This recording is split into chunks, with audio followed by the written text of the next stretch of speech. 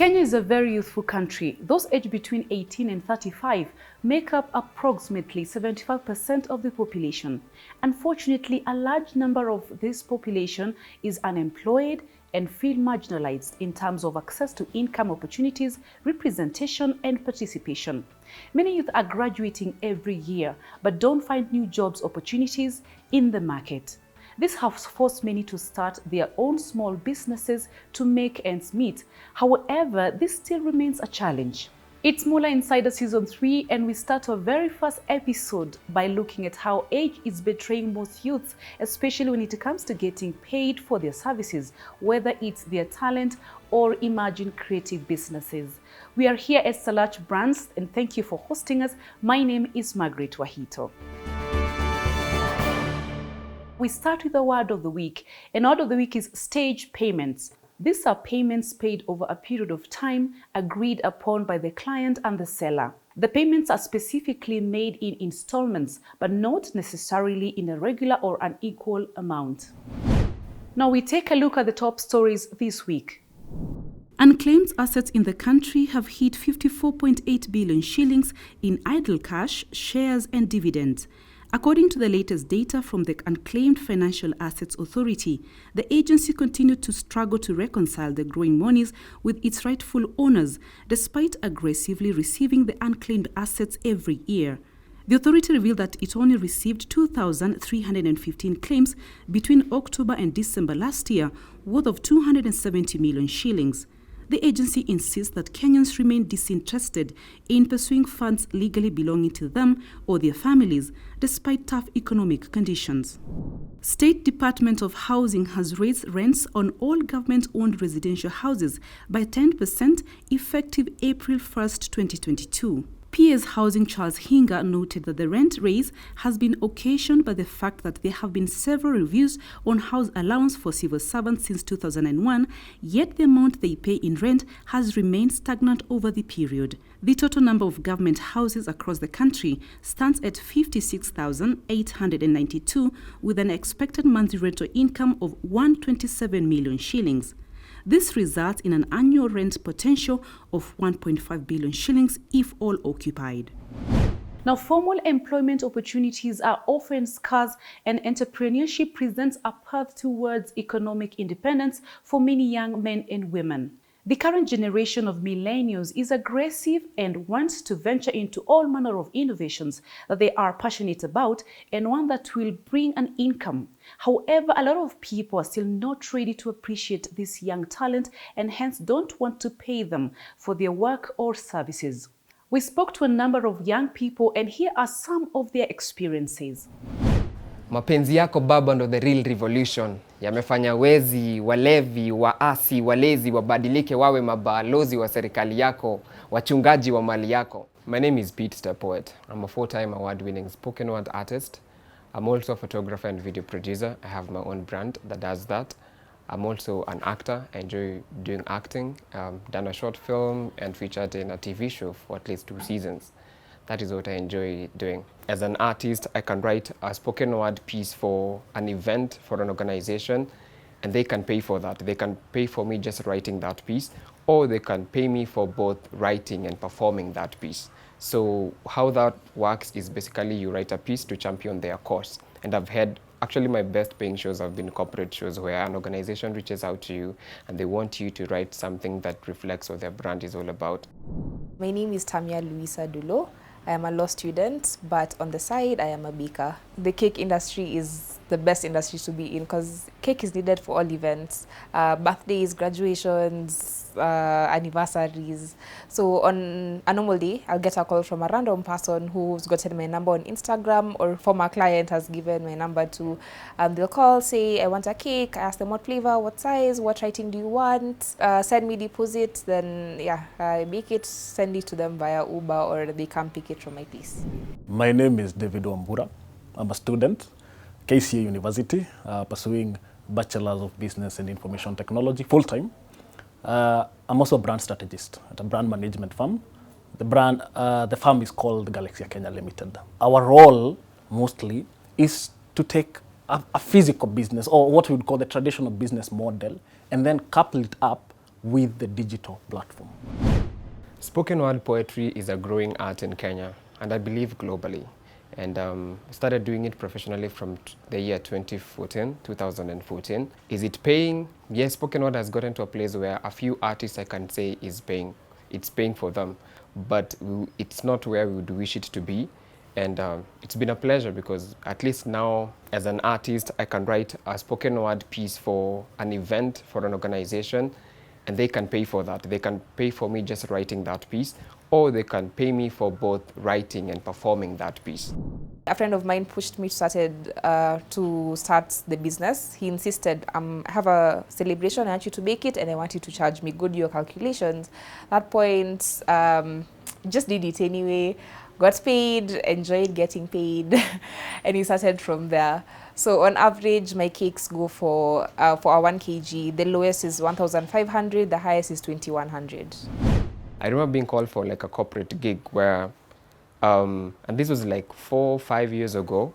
I was told to go write a project and was given the theme, and I was told we're gonna pay you. They were picking from a number of spoken word artists, and my piece is the one they settled for. So this is like 4 years ago, so I'm kind of in between being established as a poet and being upcoming. So it's still gonna pay you 5,000 bob. It was like, at that time I was like, okay, because it's just like a 2-minute thing I was gonna do, not much preparation. So 5,000 plus exposure, right? So I was like, at least put some money to it, don't just say exposure. Yeah, I remember after performing, the crowd was wild, people were impressed. Some public figures you might know were there. And then I remember a certain lady coming to me and telling me, go take your money. I was like, okay. So in my head, I know it's 5,000. So I go check the envelope. The form I was signing is written my spoken word poetry, 20,000 bob. It's like, what? I was 25. I asked, because I didn't want to first of all tell them what I had been told. So yeah, it's, so 20,000, this is for me? Yeah, you were the one who did poetry. Yeah, I was the only one who had done poetry at that time. I told, yeah, that's your money. I signed, took the envelope, excited of course, because what I was gonna be paid was like a quarter of what I was actually paid. And so we had to have a conversation with the person who had linked me to get the gig. I'm like, yo, even if you want to get your cut, I think you need to be more appreciative of this, man. There's a lady whose son used to order from me. So I used to bake for all their family events, but they had never met me because I just sent the cake to them. So on one day, they decided to come pick the cake. And this lady was like, this is you. You're the Tammie from Beatster by Tammie. You're so young. And they say, you're so skinny. You don't look like a baker. And she really commented, you're young, you're living in your parents' house and you're baking. And they used to pay all through, but when she met me, she stopped paying. She didn't pay for that time, and I think she saw that you're living in your parents' house, you don't need it. That really annoyed me, especially because this son was my friend, and I asked him, why is your mom not paying me? Oh, I'll talk to her. Then eventually both of them stopped picking my calls. It's not worth it, like arguing over 1,500. I have a friend who stopped her business because she wasn't getting paid, and I felt so sad. I didn't know what to tell her because she's a stylist, and she said that people didn't see the value of her telling them what to wear. You're going for an event and you want someone to dress you, tell you this outfit is what works for you and this one doesn't. And a lot of her clients were her friends or her sister's friends, but they weren't paying. They didn't see the value in that work, and eventually she stopped. And that's honestly very sad. At our age, everybody expects that we are living over the shadow of our mother, so we are all in our mom's house. We don't have bills we pay. Like, come on, 150 literally I've paid your lunch for that day. Like, I've given you airtime. Come on, like, you should appreciate. It's rained that day. So most people, and then there's the whole concept of a young person can't start a big thing. Because let me tell you, one of the things that we've encountered also, people search us first on online, so they get us from the online platform. So that's usually the first centerpiece, and they see the brand and they are like, actually what we've realized is that our name is so big that when we show up for ourselves, when we show up to those boardrooms, people are like, you are who? From where? Are you sure I remember there's a client who had to ask for my identity twice. Because they're like, the name? And the people who show up, they're like, no. This entity can't be managed by you. This is a joke. Like, they don't ask how much we charge. They're always like, can you do this for me? can I have it ready at this particular time? Then you do the work. Then they are like, once the work is ready, they're like, do you have an M-Pesa number? And then they wire the money. Just like that. And you have to be comfortable with what you receive. As a spoken word artist, I've really appreciated working with the corporate world there. So I actually prefer working there, so that the gigs that I'm not paid for are the kind of gigs where I know these people cannot afford me. So I'm able to decide, I'm like, you know what, this is a charity event, let me just go perform for free, rather than working with people who don't commit. As much as they will say that you're not paying rent, you live in your parents' house, you don't have any expenditure other than your business. I believe that I still need to be paid, because the things that my parents won't pay for. Like if I'm going out, I won't ask Fatty, Mom, please give me money. I'm going out for lunch with my friends, because it's not within their budget to pay for your leisurely activities. And other than that, there are things that I'm saving up for. Yeah, I will not live in my parents' house forever, and I need to have some money to see me through as I leave that house. Rarely have I even had people really asking, what do you do with your life? Like everybody expects you to be in campus pursuing a degree and just learning. Like that's all there is. Nobody wants to go the extra mile and like, what are you doing? And the few who dare to ask, it's always from a point of favor. They already know either you are a good designer. So when they come to it, they don't approach you from a business aspect of it. They always come and like, today I've thought of promoting your business. So what do we have? Like, are you free? Can you do this for me? And they expect you to deliver, irregardless. So invest in these people. We have a young crop of Kenyan who are very aggressive, and they have a lot to offer. Now, we are told that the youth are the leaders of tomorrow. But when does this tomorrow start? This would only be by ensuring that young talent and creativity is given the financial value it deserves. This is because some of these small businesses will be the future big ventures that will grow the job market. So how do we do this? Let's take a look. For the businesses, what the society can be able to give them, at least a lifeline, is some form of mentorship, to ensure that they don't get into these pitfalls that other businesses got themselves into in their learning curve period. So that form of mentorship or incubation of sorts, where for those services or industries that is at play, so that will come in at hand. The other issue is now regards to credit, because this is a startup and you find that they want to scale up their businesses. And yet, if they walk to a financial institution, they tend to be, shooed away because of their risk profile. So if there could be some facilities, or there could be products by the banks or SACCOs or other financial institutions, at least to lend credit facilities to the businesses that are starting up, I think that will at least give them some breathing space as they come up, as they mature up. So those are some of the things that should be done, at least for these young people. Soft skills is a key element, things that they are not taught in school to learn, along the way, but it's around communication, how you can be able to get a win-win strategy if you're on the negotiation table. I think that stands out for me in terms of organization, in terms of planning. So those are some of the skills within the realm of communication and leadership that the youth can be able to embody. And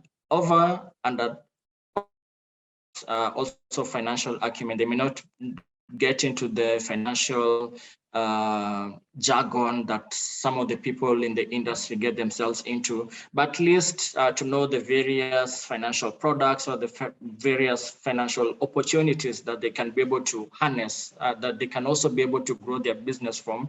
I think that also will be of a good help for them as they grow their businesses.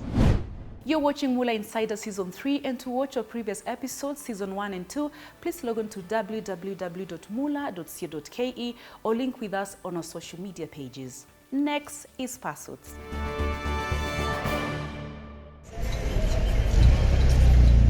When the handle first appeared on Twitter in May 2012, Ma3 Root looked like any other social media account.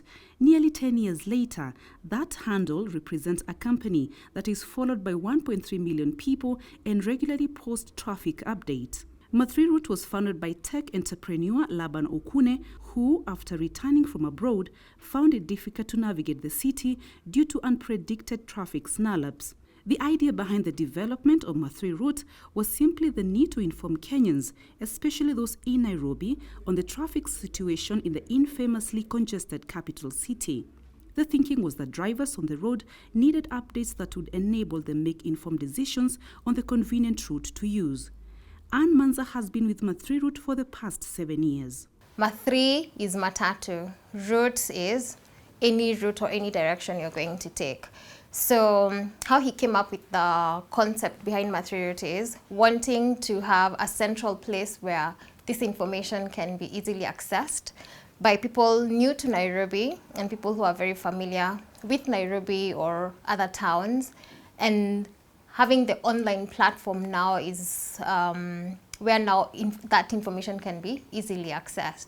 You just need to have a smart device, accessibility to Wi-Fi or data to make sure that you're able to log on to our Twitter page, our website, our mobile app, or our Facebook page. Online crowdsourcing was still a fairly foreign concept when Ma3 Route was in its initial stages, and this made it hard for the company to gain a following in the early stages. Just like any other startup, getting potential clients to buy the idea was not easy. We have the traditional modes of advertising that most corporates or people with spending money would want to maybe gravitate towards. So coming and telling them that, oh yeah, as opposed to having a billboard on Ngong Road or Mombasa Road, or in addition to that, you can also have your online billboards, so to say. And with this, you're able to track your metrics, you're able to see engagement from followers, etc., etc. But it wasn't easy getting that first person on board. Ma3 Routes makes money through advertising, which involves posting branded content on their social media handles, especially Twitter. The company also sends traffic alerts as well as transport-related data on SMS to clients for a fee. For instance, it would cost you at least 50,000 shillings a month to advertise with Ma3 Routes, and that amount can go all the way up to 500,000 shillings. The cost depends on the client's needs, the scope of the work, and the financial muscle.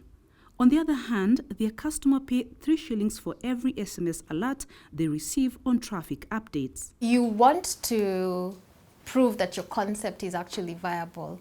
So you'll do a lot of pro bono work to test the platform as well and actually make the interested person or the person you're pursuing to see value. So once they've seen the value is when they get the aha moment and they're like, ah, okay, I think we can try this. Let's give you a trial of like a 1 month period. It took over 2 years of trial and error to make money. People feed off your energy. So if they see that you're legitimate, if when you're interacting with your customers or clients and they can tell that this is a genuine outfit, has been there for as long as it's been and it's legitimate, people appreciate the work you do, then the rest now sort of just falls into place. But you have to be patient with the process. Other local main traffic update apps include Kenyan Traffic, Waze, and Google Maps Alert, while globally, some of the top traffic online apps in 2022 include the Traffic Spotter, InRoute Route Planner, Apple Maps, MapQuest, Map Factor Navigator, and others. And with the growth of influencer social media marketing, so is the increase in competition, mainly on how the company is managing this and how does the future of this kind of business looks like. I do appreciate the competition that's coming in, and it's just making us want to really see how else we can gain an edge over the competition. And it's really encouraging to see people step up with their content creation, with their influencer marketing. Because you see, with crowdsourcing, you have to really have a strong back-end support to make sure that all the information that's coming through and is being filtered, you'll be able to support that. And you have to really have robust systems, and they're continually being developed and strengthened and made more current to keep up with the trends. So the fact that we have that backup and that support is what makes us confident in continuing to be relevant. At the moment, the company has a team of 7 staff who manages over 2,000 tweets every day. They have managed to break even by now expanding to other revenue-making sources apart from Twitter, including navigation maps, traffic SMS alerts, and transport-related data collection for organizations. For anyone who is looking to venture into any entrepreneurship or any business money-making venture, you need to be consistent and you need to put in the work. There are days where you feel like, I really don't need this, do I? No, let me go back to my 8 to 5 or, just hang up my boots and take the easier route. Money doesn't come easily. After pursuits, let's take a look at the leading indicators this week. We'll start with the stocks and the foreign exchange.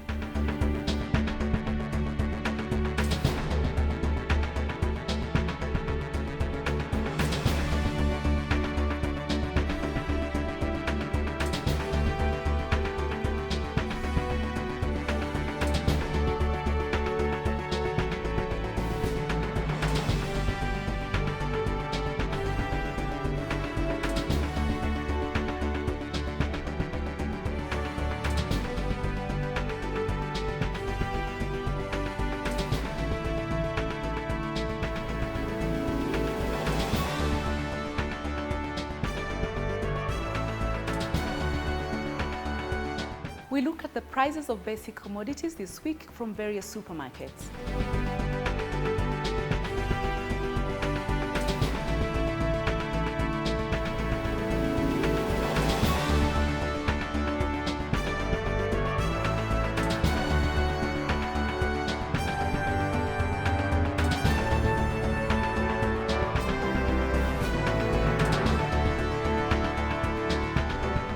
That's all we had for you this week on a very first episode of Season 3 on Moolah Insider. To watch our previous episodes, log on to www.moolah.co.ke or link with us on our social media pages.